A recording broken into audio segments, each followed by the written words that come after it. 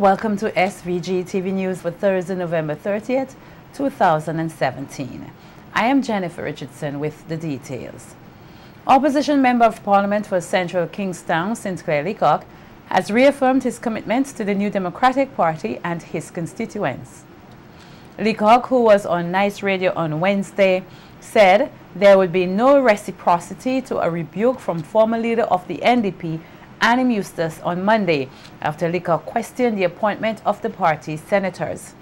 Leacock said that while he has the utmost respect for Eustace, he will be who he is and does not need approval from others to be himself.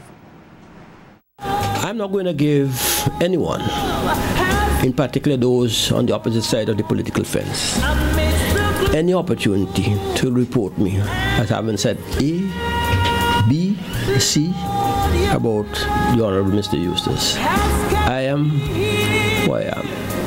I have respect for him that I gained over many years, and it doesn't require reciprocity. Mr. Eustace doesn't have to love me. He doesn't have to care about me. He doesn't have to agree with me. He doesn't have to support me for me to hold him in esteem and hold him into regard.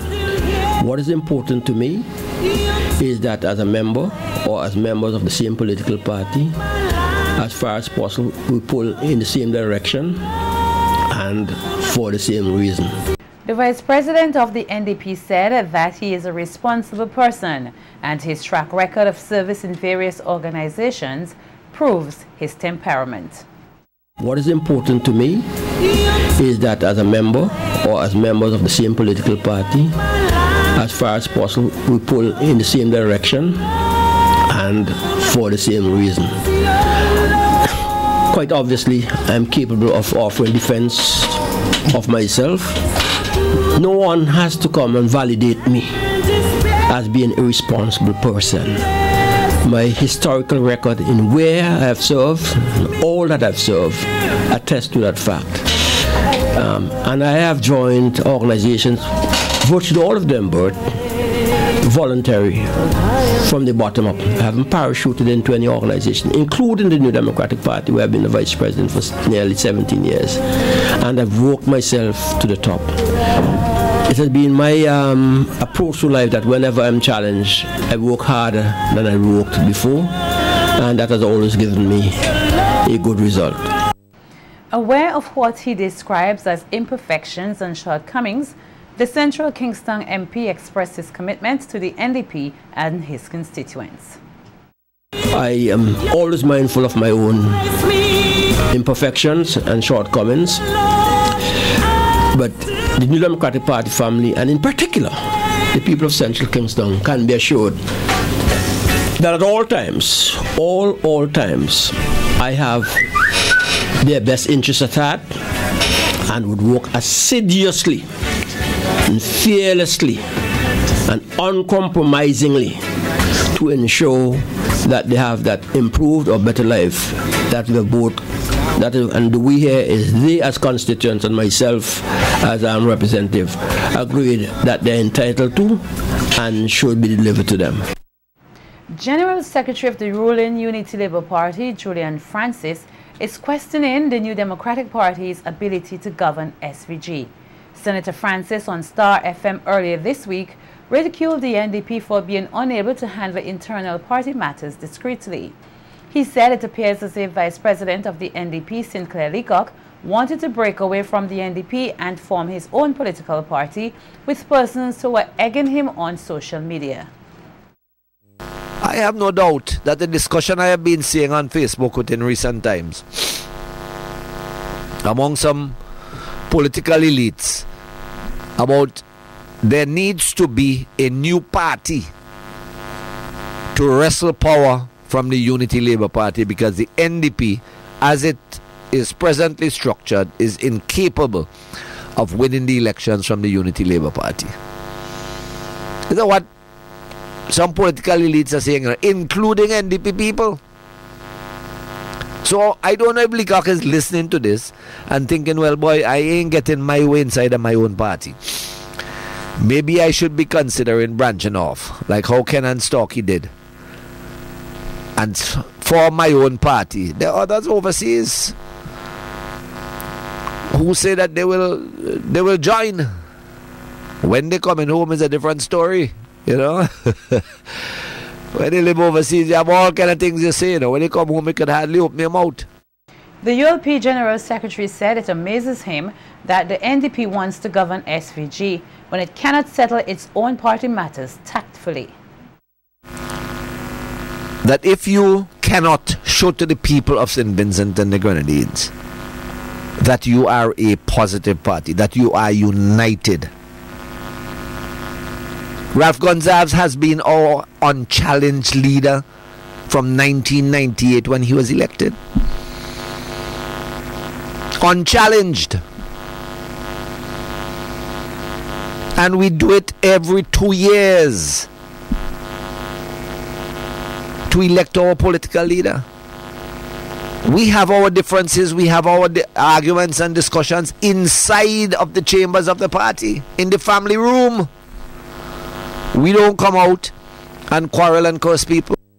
This country's Prime Minister will be traveling to Antigua for the December 8th, 2017 CARICOM Summit. Prime Minister Dr. Ralph Gonsalves, who recently returned from a visit to Cuba, said he met with several ambassadors, including those from Ghana, Ethiopia and Iran, where bilateral matters were discussed. At the upcoming summit, CARICOM is expected to adopt the Declaration of Havana, which is aimed at integrating the region to tackle the challenges of the 21st century. Last week I was in Cuba and I met the Cuban president, the Cuban foreign minister. I met ambassadors from Ethiopia, from Ghana, and from the Islamic Republic of Iran, and had discussions with them on matters of mutual bilateral interest. Of course, the discussions with the Cuban president and foreign minister related to matters which would come up at the Cuba CARICOM Summit in Antigua on the 8th. On the just coincidentally, when I go on the 8th, God willing, I would be the only prime minister, only head of government in CARICOM who would have attended every single one of the Cuba CARICOM Summit from 2002, because we've been around a little while. PM Gonsalves said while in Cuba, he took the opportunity to do a medical checkup and was given a good bill of health. Just coincidentally, while I was in Cuba, before I went up, I also had done a medical here. And in the usual way, I will do one shortly after I went to Cuba, you know. And I'm in good shape for a 71-year-old man. I don't have any particular problems of a health nature, knock wood, to worry about. So that's the first thing, the Cuba matter. The second one is a policy announcement. Yesterday, the cabinet pointing out that the issue of domestic violence is, as well as gender-based violence, has to be dealt with the utmost seriousness. Opposition Senator Zita Banwell, while speaking on the New Times radio program earlier today, expressed the view that no one should try to score political points when addressing the recent domestic violence allegation brought against this country's UN Mission Counselor, Cian Marshall. Banwell, who is a lawyer by profession, said much more must be done to highlight the seriousness of domestic violence. Now today, Mr. Marshall, tomorrow is another man or a woman. And we need to deal with the culturally entrenched issues that surround domestic violence.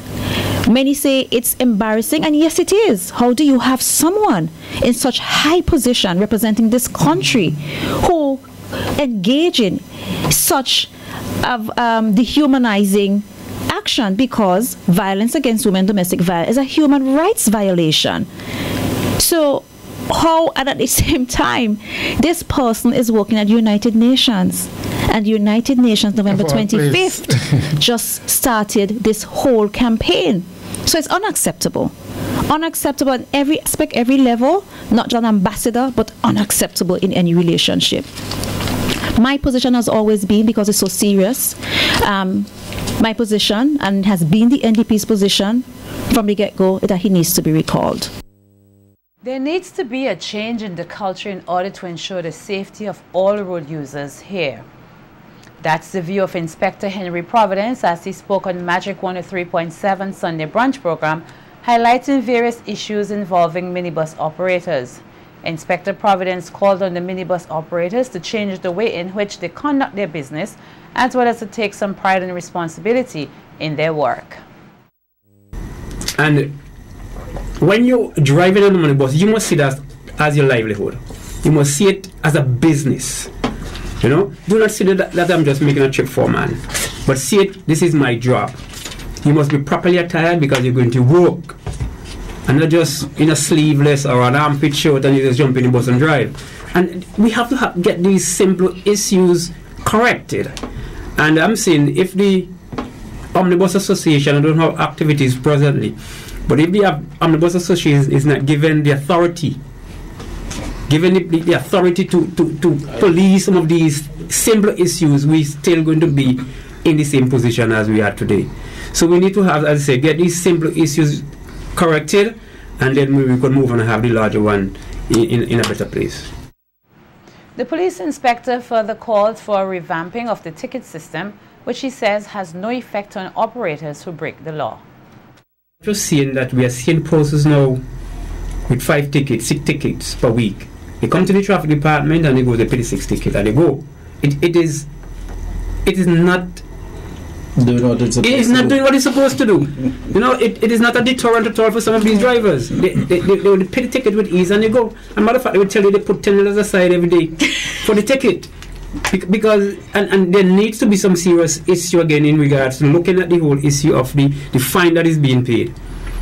It has to be a stiffer penalty in regards to some of these ticket offences. And presently we have drivers on the road of St. Vincent and the Grenadines with 100 and some conviction for traffic violation. Over 100 convictions for traffic violation. Some other countries, and they're still on the roads of St. Vincent and the Grenadines driving. Inspector Providence appealed to all stakeholders to work together to ensure the safety of all road users. Any evidence of recklessness is brought to the attention of the department, that matter would be dealt with. As a matter of fact, under the superintendent, he had also insisted that once there's a accident or any incident in the out district and there's any evidence of any recklessness, someone from the traffic department will take over that investigations, because we want the whole road of St. Vincent and the Grenadines, not just around Kingston, to be safe. And that is one of the problems that we think we at the traffic department is encountering, where we are not having this full support of maybe some of the police in the out district. So from the time the bus operators leave roundabout, they start to do a lot of stuff. They start taking up the seatbelt. They start doing a lot of stuff because they figure, okay, they gone past the traffic officer. That are not to be. If we are going to ensure that the roads of St. Vincent and the Grenadines are safe, everybody has to be on board. And not just the police, but there need to be other corporate entities involved to ensure that St. Vincent and the Grenadines remain a safe place. Vincentians can certainly hold to the belief that SVG is indeed the land of the blessed, having made it to the end of the 2017 Atlantic hurricane season without any major impact from tropical storms and hurricanes. Today, Thursday, November 30th, marks the end of the historic 2017 Atlantic hurricane season, as it ties with 1936 as the 5th most active hurricane season in the Atlantic. The season saw the development of 17 named storms with 10 hurricanes, 6 of which were major hurricanes, namely Harvey, Irma, Jose, Lee, Maria, and Ophelia. It is predicted that the names Harvey, Irma, and Maria will be retired by the National Hurricane Center due to their ferocity and impact in Texas, Florida, Dominica, Barbuda, Puerto Rico, and the U.S. Virgin Islands. Here in SVG, Vincentians at home were spared from the destruction leveled throughout several northern Caribbean islands. However, there are a number of lessons to be learned from the 13 tropical storms which have passed through the region, 8 of which rapidly transformed from tropical storms to hurricanes, with 5 growing to become major hurricanes of Category 3 or higher. The megastorm Category 5 Hurricane Maria left 90% of sister island Dominica without food, power or shelter for weeks, inspiring Vincentians here at home and other members of the international community to band together and assist the hurricane-stricken nation and others affected. Amidst all the destruction and efforts to rebuild, talks have increased towards the adaptation and mitigation process for small island developing nations such as SVG against climate change and its related issues. Featuring discussions hinged on climate change and its impact on SVG, as well as the role of the nation's youth can play in chartering an alternative for sustainable development, an idea generation session was held here on Tuesday, November 28th at the Harvest Auditorium in Arnisville. Hosted by Constructive Solutions Incorporated, which is the local hub for the Caribbean Climate Innovation Center, the CCIC, the event was held subsequent to the 3-day Caribbean Green Tech Boot Camp, slated to begin tomorrow, Thursday, November 30th. In her remarks, Permanent Secretary in the Ministry of National Mobilization with responsibility for the youth, Nerissa Gittins Macmillan, said the event will play a role in getting the youth more involved in the local efforts to combat climate change.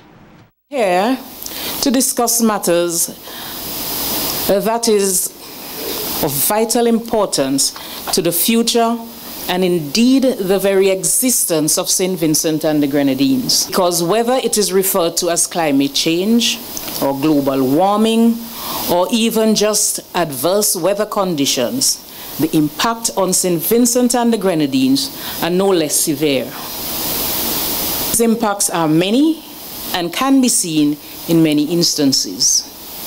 The first such instance that may come to mind would be the December floods of 2013.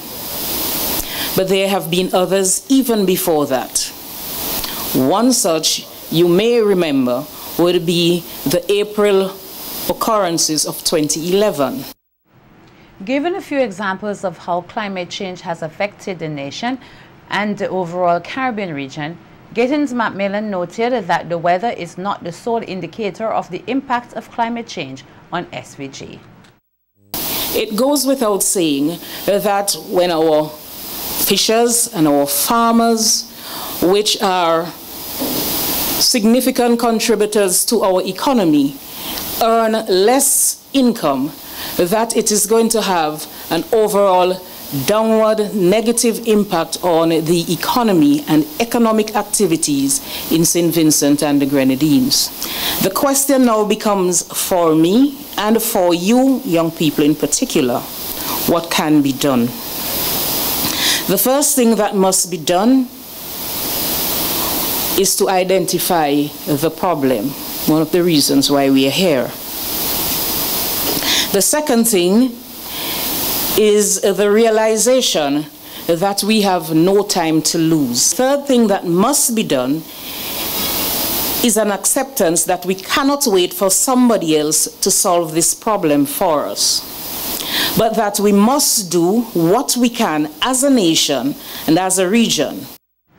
In the face of the overwhelming challenge of climate change, the PS went on to encourage the youth to use their creativity to chart a way forward for SVG in the fight against climate change. You, as youth of St. Vincent and the Grenadines, have a vital role to play in any effort to combat the impact of climate change. You might ask, why me? And I would ask, why not you? The best weapon that you have against climate change, young people, is your imagination.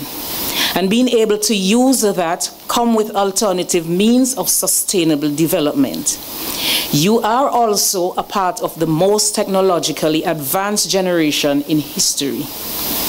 If there is any group of people almost uniquely suited to coming up with these alternative means of sustainable development, it is you. You have the means, imagination, the motive, and now the opportunity given to you. President of the SVG New York Diaspora Committee, Maxwell Haywood, passed away earlier this week in New York. Haywood was very instrumental in establishing ties between Vincentians in the diaspora and worked tirelessly in encouraging many to assist and visit their homeland.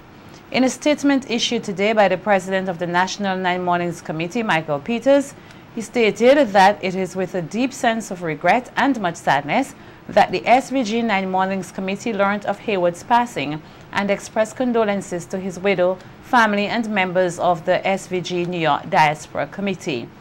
Peters said through Haywood's efforts and his organization, the linkages with the Nine Mornings Festival crew grew, leading to a diaspora morning during the festivities dedicated to persons returning home. Peters said Haywood's committee also contributed significantly in coordinating donations of gifts and giveaways for the onstage activities during the National Nine Mornings Festival here. The 2017 Diaspora Morning, which is scheduled for Wednesday the 20th December, will be dedicated to his memory and contribution.